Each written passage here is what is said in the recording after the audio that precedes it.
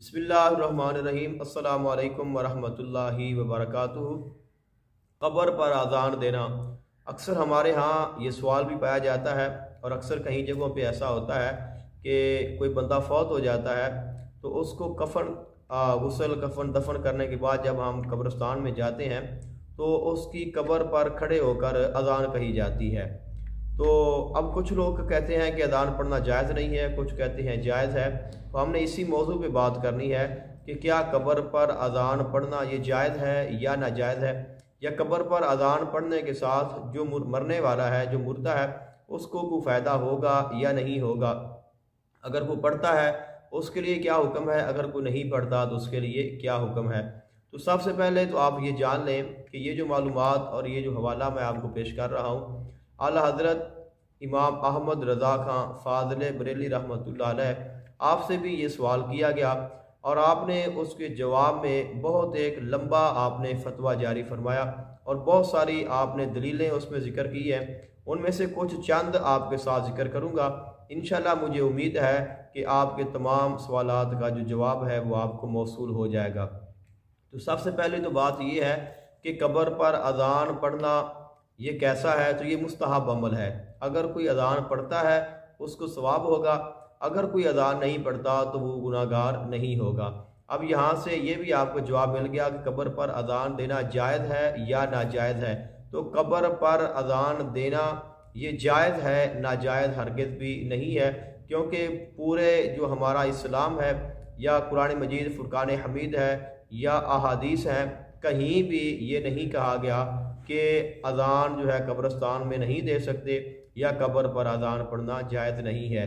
तो जिस चीज़ की शरीयत हमें, जिस चीज़ से हमें शरीयत रोके ना और वो चीज़ शरीयत के मुखालफ भी ना हो तो वो अमल करना जायज़ होता है।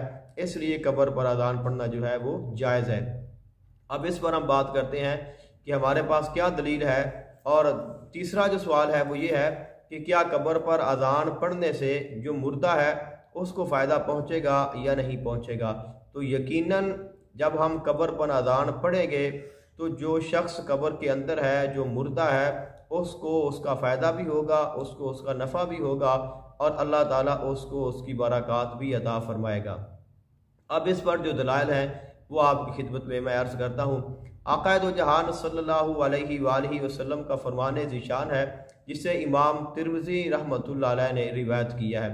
आप फरमाते हैं कि जब कोई बंदा फौत हो जाता है, और ज़्यादा इसको मैं लंबी हदीस नहीं बयान करूँगा, जो मौजू है वही अर्ज़ करूँगा। तो जब वो कब्र में जाता है और कब्र में जो फरिश्ते हैं उससे जब सवाल करते हैं, कब्र में जब मुर्दा से फरिश्ते सवालात करते हैं और वो पूछते हैं कि तेरा रब कौन है, तो फरमाया कि उस वक़्त जो शैतान है वो दरमियान में हायल होता है और वो उसको वसवसा डालता है, उसके सामने आता है, उसको कहता है कि तुम मेरी तरफ इशारा कर दो। तो यानी कि उसके ईमान को उस वक़्त वो छीनने की कोशिश करता है। उसके जो सवाल का जवाब उसने देना होता है वो उसको जवाब में उसको गलती कराने की कोशिश करता है। तो आका अलैहिस्सलाम के फरमान के मुताबिक जब शैतान वहाँ पे आता है वो अपना असर दिखाता है। अब दूसरा फरमान आका अलैहिस्सलाम का सुने, फरमाया कि जहाँ पे अज़ान पढ़ी जाती है वहाँ से शैतान भाग जाता है। तो अब जब हम अज़ान पढ़ेंगे और उसके साथ शैतान भागेगा तो नकीरान जब उससे सवाल करेंगे तो शैतान के शर से अल्लाह ताला उसको अपने फजल से महफूज फरमा रहेगा और अज़ान की जो बरक़ात हैं वो भी नसीब हो जाएंगी। इसलिए अगर हम अज़ान पढ़ते हैं उसके साथ शैतान दूर जाएगा, अल्लाह ताला की रहमतें आएंगी और जो साहिब कब्र है उसको इत्मीनान नसीब होगा और वो अपने सवालात के सही जवाबात दे सकेगा। ऐसे ही आक़ाए दो जहान सल्लल्लाहु अलैहि वसल्लम आपके सहाबी रसूल हज़रत साद बिन मुआज़ रज़ियल्लाहु ताला अन्हु जब आप विसाल फरमा गए तो आका अलैहिस्सलाम ने आपकी नमाज जनाजा पढ़ाई, आपकी कब्र पर तशरीफ़ लाया। जब आपको कब्र में दफन कर दिया गया तो आका अलैहिस्सलाम आपकी कब्र पर खड़े हो गए जाने से पहले और आपने फरमाया सुबहान अल्लाह सुबहान अल्लाह सुबहान अल्लाह सुबहान अल्लाह कई मरतबा फरमाया और उसके बाद फिर फरमाया अल्लाहु अकबर अल्लाहु अकबर अल्लाहु अकबर अल्लाहु अकबर। तो ये जो कालिमात हैं ये तमाम सहाबा कराम भी पढ़ते रहे। उसके बाद आका अलैहिस्सलाम चल दिए। अर्ज़ की या रसूल अल्लाह सल्लल्लाहु अलैहि वसल्लम कि इसकी क्या वजह है? तो आका अलैहिस्सलाम ने फरमाया कि तुम्हारे भाई के लिए जो कब्र थी वो तंग हो गई थी, उसके लिए जो कब्र है वो सिमट गई थी। तो हमारे जो तस्बीहात पढ़ने से, अल्लाह ताला का जिक्र करने से उसकी जो कब्र है उसको फराख कर दिया गया है। अब जो अज़ान है, अज़ान में कितनी दफ़ा अल्लाहु अकबर है? तो 6 मरतबा जो है, यानी कि अल्लाहु अकबर अल्लाहु अकबर अल्लाहु अकबर अल्लाहु अकबर अल्लाहु अकबर 6 मरतबा तो अल्लाहु अकबर है। उसके बाद ला इलाहा इल्लल्लाह है। तो अल्लाहु अकबर अज़ान में आ गया। अब आका अलैहिस्सलाम ने कब्र पर खड़े होकर अल्लाहु अकबर पढ़ दिया। तो यहाँ से भी ये आका अलैहिस्सलाम की सुन्नत बनती है कि कब्र पर खड़े होकर तकबीरात को पढ़ा जाए, अल्लाह ताला की तस्बीह की जाए, अल्लाह ताला की हम्द बयान की जाए। अब अज़ान में और क्या है? ला इलाहा इल्लल्लाह है। तो आका अलैहिस्सलाम का फरमाने ज़िशान है, फरमाया कि जब कोई शख्स यानी कि उसका जो हालत नज़ा में हो, उसकी जान निकलने लगी हो, तो उस वक़्त उसको तलकीन किया करो, उसको उसके पास ला इलाहा इल्लल्लाह पढ़ा करो कि उसको कलमा याद रहे। तो अब आका अलैहिस्सलाम ने फरमाया है कि उसको कलमा याद करवाया करो जबकि अभी वो ज़िंदा है लेकिन हालत नज़ा में है।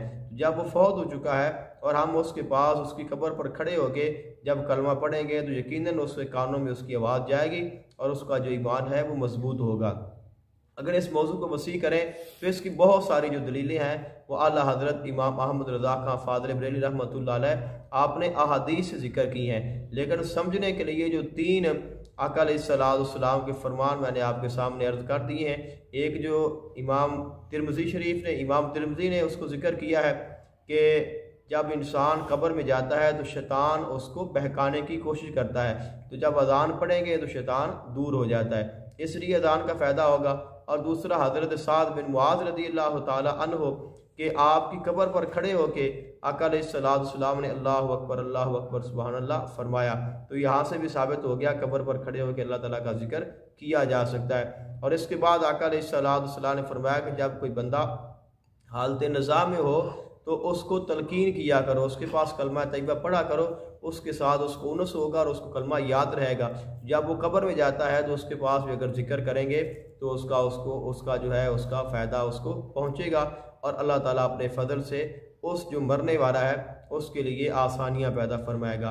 अब एक आखिरी बात ये अर्ज़ करता हूँ कि अगर कोई कहे कि वहाँ पे तो सुभान अल्लाह है, अल्लाहु अकबर है, या ला इलाहा इल्लल्लाह है और आप पूरी अज़ान पढ़ देते हैं, तो ये पूरी अज़ान जो है ये अल्लाह ताला का ज़िक्र ही है, इसमें अल्लाह ताला का नाम है, अल्लाह ताला का तस्बीह है।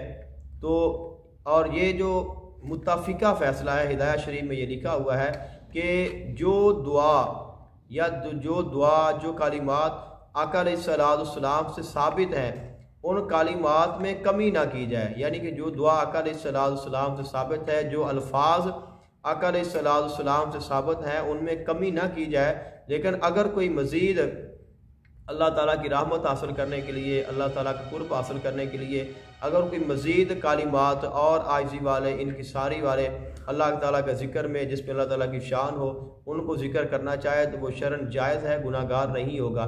इसलिए अगर कोई पूरी अज़ान भी पढ़ देता है तो इसमें किसी किस्म की कोई बात नहीं है, बल्कि अल्लाह ताला की वहाँ पर रहमतें नसीब होंगी और जो साहिब कब्र है अल्लाह ताला उसके लिए आसानियाँ पैदा फरमाएगा।